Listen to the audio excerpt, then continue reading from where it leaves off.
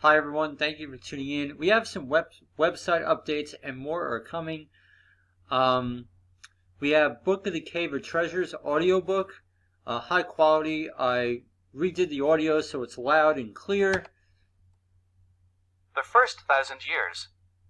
Adam to John. This is the only high quality audio of this entire text on YouTube.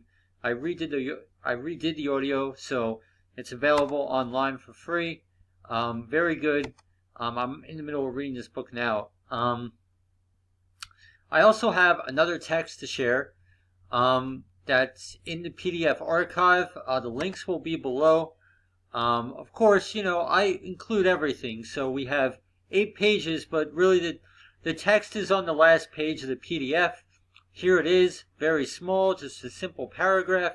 And it's really cool, worth reading and worth discerning and worth putting into your knowledge of Yahuwah.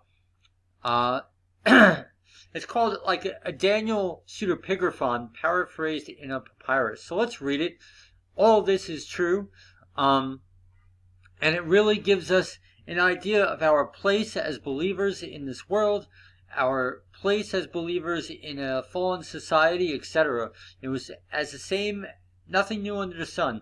Same as yesterday, as is today. So, and a papyrus in his sermon said as follows: "The heaven did not bear the dragon's earthly thoughts, because it is impossible for the light to have communion with darkness."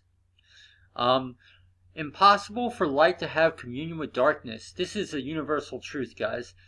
This is why we're called to be equally yoked. We're not called to be yoked with darkness. There's actually a story in the book of Jubilees of when Esau went to battle against Jacob, even though they were brothers. Light and darkness just cannot get along, even though they're mothers and they made a vow under Yahuwah to get along. But there was like a prophecy within that battle. Light and darkness just cannot get along. And so this is a universal spiritual truth, okay? I see it in the scriptures, but that story of when Esau goes to battle against Jacob in the book of Jubilees is a fantastic example of the spiritual truth. For the light to for it is impossible for the light to have communion with darkness. He, the dragon, was cast out into the earth to live here. And when humanity came where he was, he did not allow them to behave accordingly to the natural needs, but led them astray into many evils, right? This is, anyone who knows it just knows this is true. But Michael and his warriors, who were the watchers of the universe, helped humanity as Daniel taught. Right? Mark, in the last days, Michael will arise. We are called, since we live in a fallen world, Yah is good, guys. We have angels to serve us, to be ministering for us, especially those who do Yah's will and all that kind of stuff. As Daniel taught by living, let me recap my sentence here.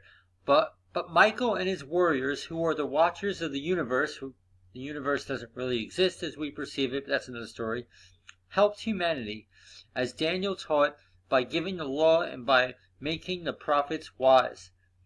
How do we withstand? How do we